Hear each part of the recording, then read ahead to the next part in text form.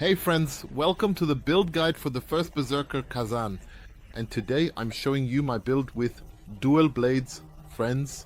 And even if you use a spear, you shouldn't tune out now and definitely give this a try. In this video there are also some tips on how to actively become stronger, even if you play with the spear. Yes, this dual blade tactic, we definitely want to use it, because even in the intro, Khazan fights with dual blades. And that's exactly how we want to slice through. And with this build, it's even easily possible. I keep hearing that people die at the boss because bosses are very, very difficult. Okay, they are tough, but this build really helps you get through. And I actually use it against every boss, because with it, they are really much easier than before, as you won't get hit with the whirlwind attack. And how you can best utilize the buffs and deal the most damage, and also easily slice through elite enemies just like bosses. I'll show you today. Let's get started, friends.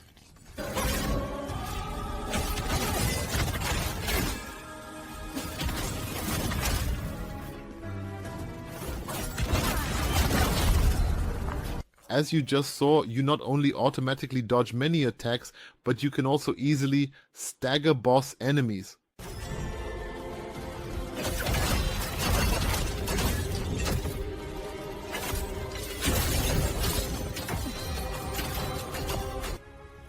So let's start with the build that you can use from the beginning to the endgame about the friends. And these jug masks are very important. They significantly increase your level and especially your damage level. And that's why you shouldn't do without them. Around halfway through chapter 2, you can start crafting jugs that really make a big difference and propel you forward. Because here at Dungeon, for example, if you have collected 31 jugs, you can buy a jug pot in bar, and yes, it increases a value by +5. That means you actually gain 5 levels, which is pretty amazing, because just like that, 5 increasing levels, also in terms of damage, is of course great. This is available not only for willpower, but also for strength and all other attributes. It might not look super sexy right now, but still, the helmet is definitely very important for our build. Additionally, from the middle of the second act, we switch to dual-wielding Beast Slayer weapons. What you used before that isn't really crucial, but here we definitely want to enhance the whirlwind, because our build focuses on whirlwind. So from level 70 onwards, you can try to obtain the dual Beast Slayer weapons and essentially set the build to whirlwind. And I'll show you how to get that easily right now. It's also important that you have all the items up to set bonus 5. And through the pot in Teufel, the 6th is naturally removed, but that's not a problem, because the pot definitely compensates with its 5 levels that we gain. Yes, Beast Slayer's pauldrons, and of course we have those with us, and we can also craft them at the blacksmith. You can actually find them in the middle. Chapter 2 in some levels.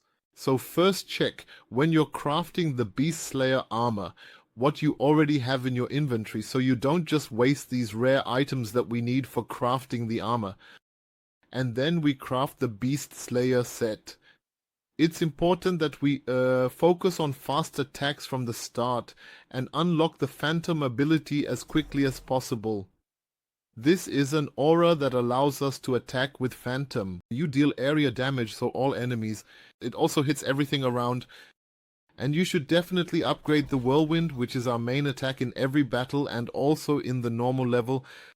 Whirlwind and Phantom are definitely what you should focus on the most at the beginning. Don't skill anything else at first except these levels here, and then we'll already be relatively strong. Especially against small enemies, it's great because you just flatten them all at once. With this Phantom Whirl, even the small ones are no problem, and it simply hits everyone in the room. So, super good.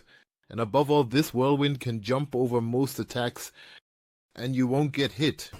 Super easy then as well to take down big enemies, because they almost always hit nothing, and you really have enough stamina and spirit power to slice back in properly.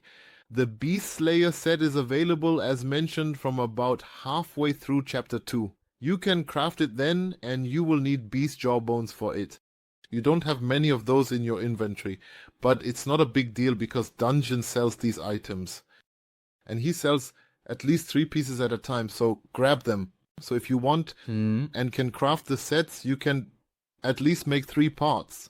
That's why it's important to check your inventory beforehand. What have I already collected from the set that I could use to equip myself here? Then you might only need to craft 2 parts or maybe even just 1 part. For me, it was actually the case that I only had to craft the bracers and the pants. The others aren't really that great. Not amazing items that I found, but the stats are fine. The main thing is that we get the set bonus at level 5, so our whirlwind attack deals significant damage. You can see that it's even stackable. And it deals serious damage. And we'll definitely need that at some point from chapter 2. Beast Slayer set Ultra Brutal. That's the thing, and you can craft it once you have the necessary materials, which you can get from Danjin. And of course, you also need to have Sharp Blade and Sharp Shards. But you can easily get those by simply disenchant items at the blacksmith. I would definitely recommend always disenchanting items, meaning extracting materials from things that are not set items. And it's best to just look through, because some set items can still be quite useful later on. That's why my recommendation. Remember that you can also make large shards from small shards when sprinting. That works quite well too. Otherwise, once you've crafted your armor, you should also strengthen your equipment, and here we can of course focus on enhancing our weapons, strengthening our gear, and thus boosting our defense and everything else a bit. This always helps you become even stronger. Before facing a boss, it doesn't cost much, actually only 700 and a bit of equipment. So make sure to upgrade your equipment to the current level so you can keep up with the enemies. It's especially worthwhile for rings. That's really true. It's amazing because when you upgrade them, or necklaces, you often get an additional 4 life points. And that's actually pretty cool. For 700, that's a bargain. So make sure to always upgrade your equipment. Once we've done that and have practically perfected the whirlwind, we can of course look to acquire the remaining skills. And there's one very important skill. In this build, it's just 1 step to the right, specifically in the frenzy. I wouldn't upgrade powerful strikes at all initially. We don't need them at first, not even at the beginning. They're not that important. Frenzy, it's much more important that we have Wind Chaser at the start. It's a starting skill that we won't need later. But you should try to quickly get the special skill below it, namely Wind Piercer. This allows us to throw an axe forward, which stays with the enemy and continuously deals damage. And thus it hits really hard. It drains stamina if the enemy blocks, or keeps their stamina low if it's a boss enemy. Of course, we want to upgrade the whole thing with persistence so that the axe stays even longer. You can do this gradually and use it to stagger the boss enemy. Or, if he is staggered, to deal even more damage during that phase. You can see it here. You throw the thing in once and it does damage the whole time, reduces your stamina, and the enemy goes pretty quickly. Down. This also works with all other enemies, which is pretty cool. Especially if you have staggered the boss enemy and then use it again. The energy melts away, and you can even follow up with your brutal attack to deal significant damage.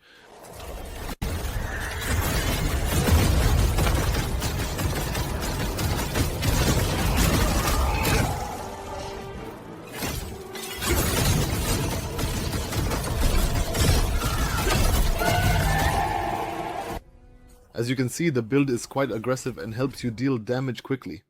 And it gets even better if you also use the Cutthroat set. So ring and necklace, because then we get an additional 20% damage increase from behind. And that's what makes it so effective, causing massive damage to the boss. Because the damage increase is of course added on top.